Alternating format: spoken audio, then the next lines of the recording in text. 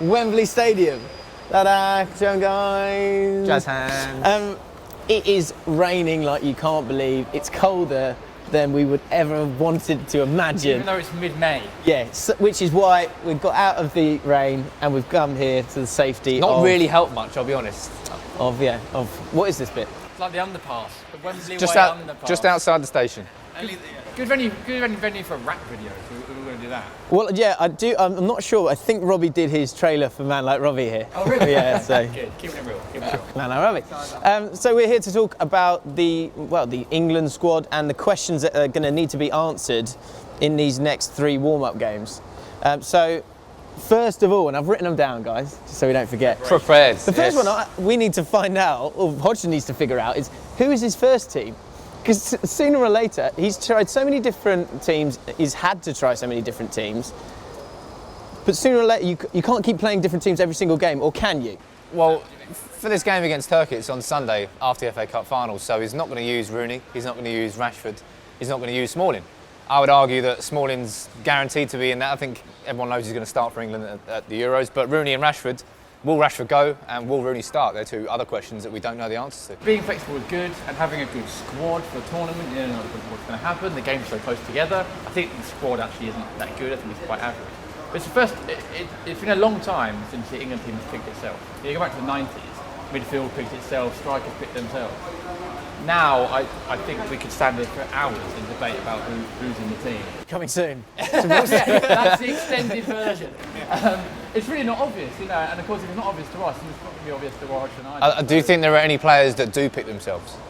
I think the back four's pretty certain in my mind at least. Okay, who's your back four? My back four is Rose, Klein on the right, Smalling, and it's going to be Cahill because I don't think he's going to play Stones. I don't think that's the right decision, but I think that's going to be the four that he's going to play. That's my back four as well. Scott Dan should be in there, let's be honest. He's only got 3 centre backs. One of them's John Stones, who's great, but hasn't had a brilliant season. Neither has Cahill, really, apart from the second half of the season. Scott Dan should be in there. You needed 4th centre back anyway. I think you're right about the full backs. And yeah, you're right about the back four, but it's not great. It's midfield onwards, isn't it? So looking at that, the next 2 that I've got for you, Wayne Rooney. What's I know what he's going to say. He's playing himself into contention for that midfield because he's one of the best players on the pitch against Everton. No. He's one of the best players on the pitch against West Ham. He's the best player last night harsh against on Everton Bournemouth. there. No, you're not. More touches than any player, more completed passes than any player, more tackles than any other player. Can Wayne Rooney play for England in the midfield and actually be a quality thing? He's looking to evolve. No, he can't. He's looking to evolve. Can we do it in our minds and believe in Wayne? Not in a Euro, not in the European Championship. It's like you imagine that's how Roy Hodgson's thinking. Your speech you just gave me there is what Roy Hodgson has got going on in his mind. Right, he can do it. He's our top scorer. He can definitely do it. Honestly, Rooney, no, he can't. Right, Rooney is a smart man. He's a seasoned veteran. He can see that he's not going to get in up front. He's not going to get ahead of Vardy. He's not going to head it. How am I going to do it? Yeah, I want to play midfield. So that's what Rooney's doing. He's on a press offensive, isn't he? To kind of go, do you know what? I think I'm starting to like it. Midfield, you know? I think I'm a born midfielder, actually. Yeah. Better midfielders. Dele Alli's ahead of him. Eric Dyer's ahead of him. Lallana, I guess, ahead of him.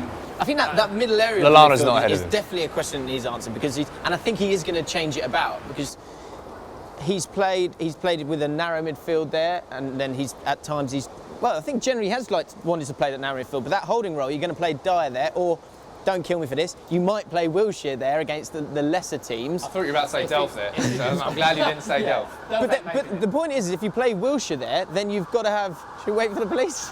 That's the police. That's the police responding to you saying Wilshere. But do you know what? If you play Wilshere there, you're going to want 2 good runners around him to add a bit of physicality. That's not going to be Eric Dyer. That might have to be Fabian Delph. Or Henderson Milner. It's going to be one of those four. Don't make me walk off. I'm going to walk off this if you've even mentioned Delph in a positive vibe from here on in. Okay. Good to know. Good to know where you're at. There we go. Good to know where you're at. I think the only midfielder who's guaranteed to start is Eric Dyer. I think everyone else. I think that's what the midfield is going to be built around. Dele Alli as well, don't you? Don't you think Dele Alli? Dele Alli's had I think if you ask Flav from obviously Fighting Cock podcast, you know, he's had a great season, but he's had cold spots as well. So I guess getting back to the point a bit, what questions do you need answering there? Ultimately, a lot of questions. So what questions does he not need to answer? In midfield, In midfield, you know, who plays in the number 10 role? Do you play number 10 role? Do you play 3 in midfield? Do you play 4 in midfield? So there's only a couple of questions that Roy's got to answer. It's not obvious. 2 up front, or one up front. We've got better forwards than we've had better forwards than we've had in a long, long time. To utilise our best players. Kane. It's got to be Harry Kane. It's got to be Kane, and then whatever complements him, be it two guys either behind him, one behind him, wingers, whatever. Vardy off the bench, maybe, yeah. But Vardy's Kane is got our best striker by an No, absolute I agree. mile. Kane has definitely got to start. But you're looking at the strength of this squad. It's definitely not defence. No one has any idea who's going to play in midfield. And we've got two strikers up front who have scored nearly 50 goals between them in the Premier League this season. Vardy's been great. That's our strength this year. And I think if we play with them right, and you say, if you're going to play Vardy, play Drinkwater so he can get the passes over the top to him. Because that's how Vardy's been successful this season. If we play to the strengths of the players we've got, we can do damage. Kane's played up front on his own for Spurs. Yeah. And Vardy's pretty much played up front on his own. I know they've been a bit more sort of 4-4-2-ish, but it's always been him on the So you're not sure how they're going to work together? So will they be, yeah, exactly. So that's another question for Roy to answer. Just in case he didn't have enough already. I think Vardy off the bench would be a really, really good option. Very, very good. So, and we've got Sturridge coming off the bench as well. I wish we hadn't done this. This is a trick.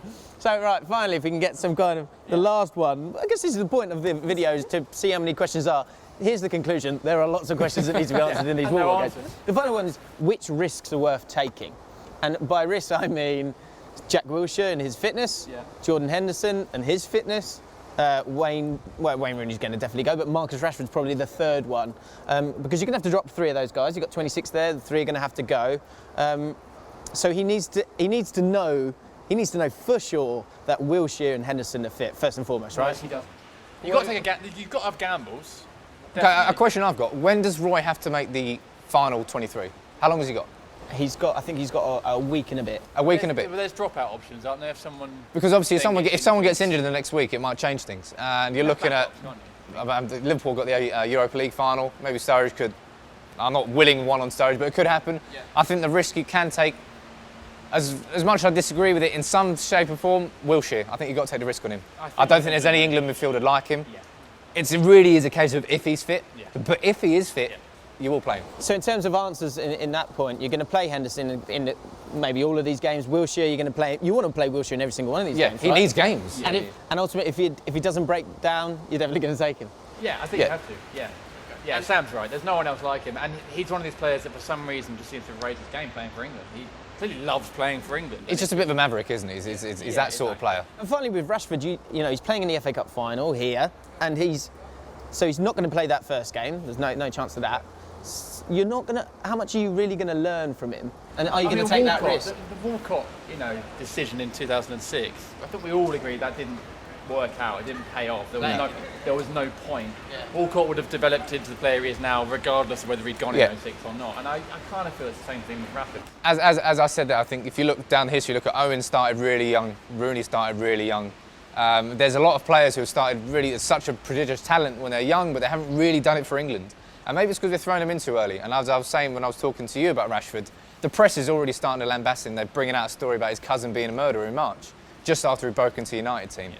I think I think England have got enough options up front that they shouldn't take Rashford. Yeah. If we didn't have Kane, Vardy, Sturridge and Rooney, I would say take Rashford. But don't take him as fifth choice and make him just sit there picking his nose when he can just go on holiday and relax. What's wrong with picking your nose?